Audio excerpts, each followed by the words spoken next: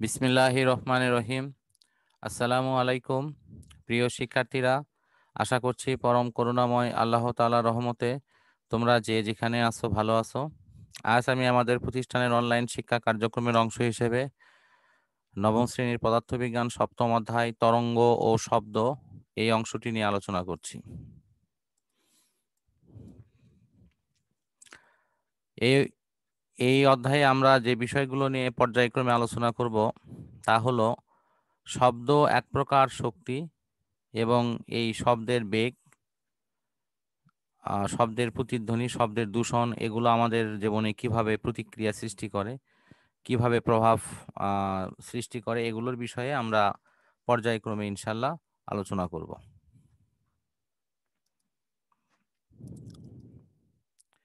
এরপর আজকের আলোচনার শুরুতেই প্রথম যে বিষয়টি আছে তা হলো সরল স্পন্দন গতি।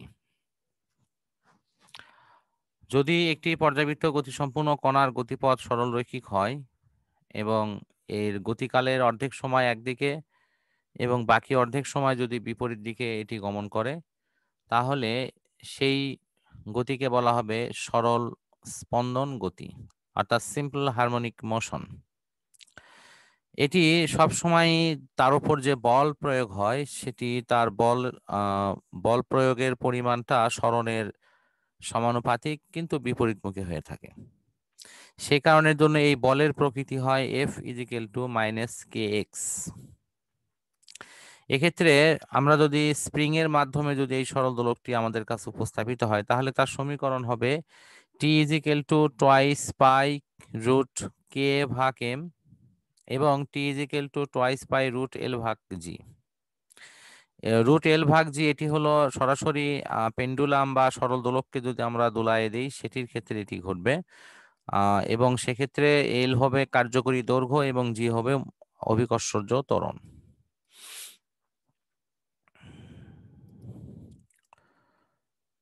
এখানে আহ, এই সরল দোলকের একটি অঙ্কের উদাহরণও দেয়া আছে, যেখানে এল এবং জির মান উল্লেখ করা আছে। এল এর মান 1 মিটার এবং জির মান 9.8।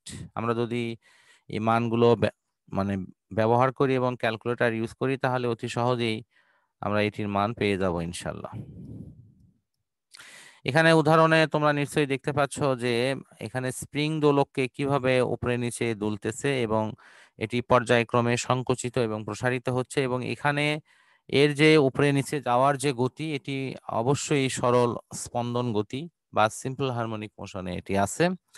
এটিকে পর্যায়ক্রমে আমাদের কাছে উপস্থাপন করা হয়েছে। এরপর আমরা দেখব হলো কম্পাঙ্ক বিষয়ক কিছু বিষয়। আসলে একটি সরল স্পন্দনে যে বস্তুটা দোলে সেই বস্তুটার ক্ষেত্রে এই কম্পাঙ্ক খুবই গুরুত্বপূর্ণ একটি বিষয়। প্রতি সেকেন্ডে এটি যতবার পূর্ণ কম্পন সম্পূর্ণ করে সেটি হলো তার কম্পাঙ্ক, এবং কম্পাঙ্কর সাথে পর্যায়কালের সম্পর্কটি হয় বিপরীত, অর্থাৎ F = 1/T অথবা T = 1/f। আমরা এরপর দেখব তরঙ্গটা কি। আসলে তরঙ্গ হলো একটা পর্যাবৃত্ত আন্দোলন যা শক্তি এবং তথ্যকে এক স্থান থেকে অন্য স্থানে বহন করে নিয়ে যায়। তরঙ্গের মাধ্যমেই আমাদের সকল শক্তি স্থানান্তরিত হয়, এবং এই কারণে তরঙ্গ ছাড়া আমরা আমাদের অস্তিত্ব কল্পনা করতে পারি না।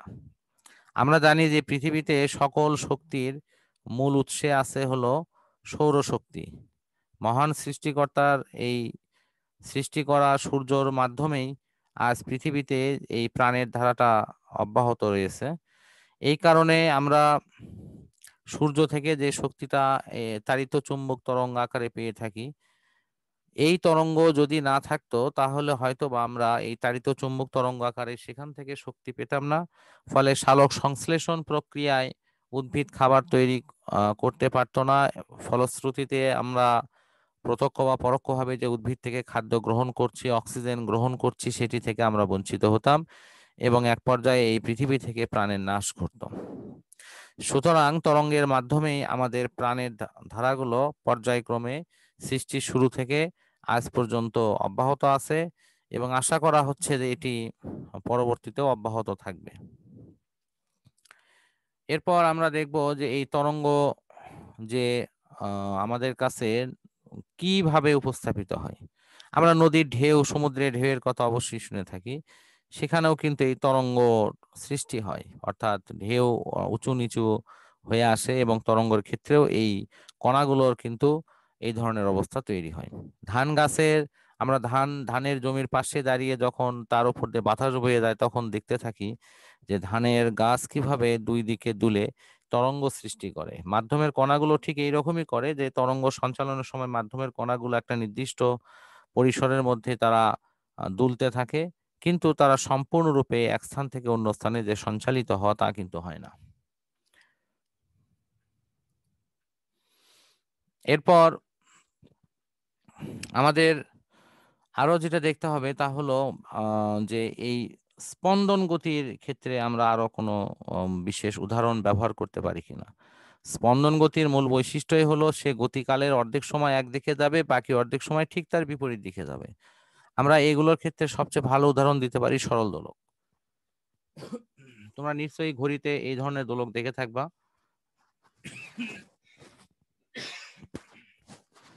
আমি এখানে বোর্ড শেয়ারের মাধ্যমে তোমাদের বিষয়টি উপস্থাপন করছি।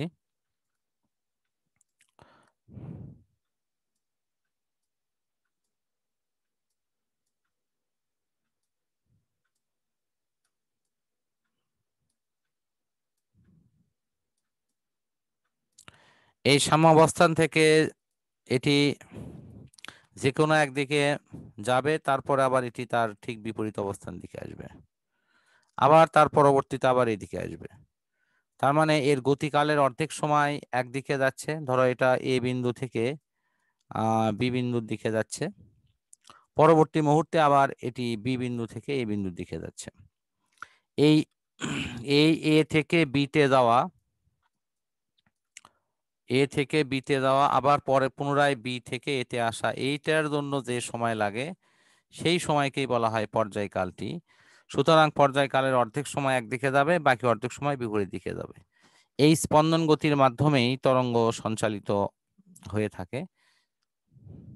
আশা করছি তোমরা স্পন্দন গতির বিষয়টি বুঝতে পারছো।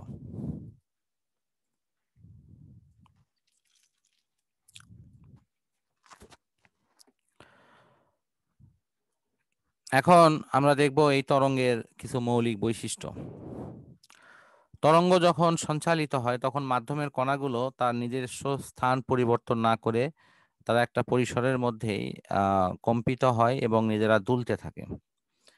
আমরা স্প্রিং এর ক্ষেত্রে এটি সহজেই দেখতে পারি, যে স্প্রিং যেভাবে সংকুচিত প্রসারিত হয়, মাধ্যমের কণাগুলো ঠিক সেভাবেই কোনো এক স্থানে সংকুচিত হয়, কোনো এক স্থানে প্রসারিত হয়।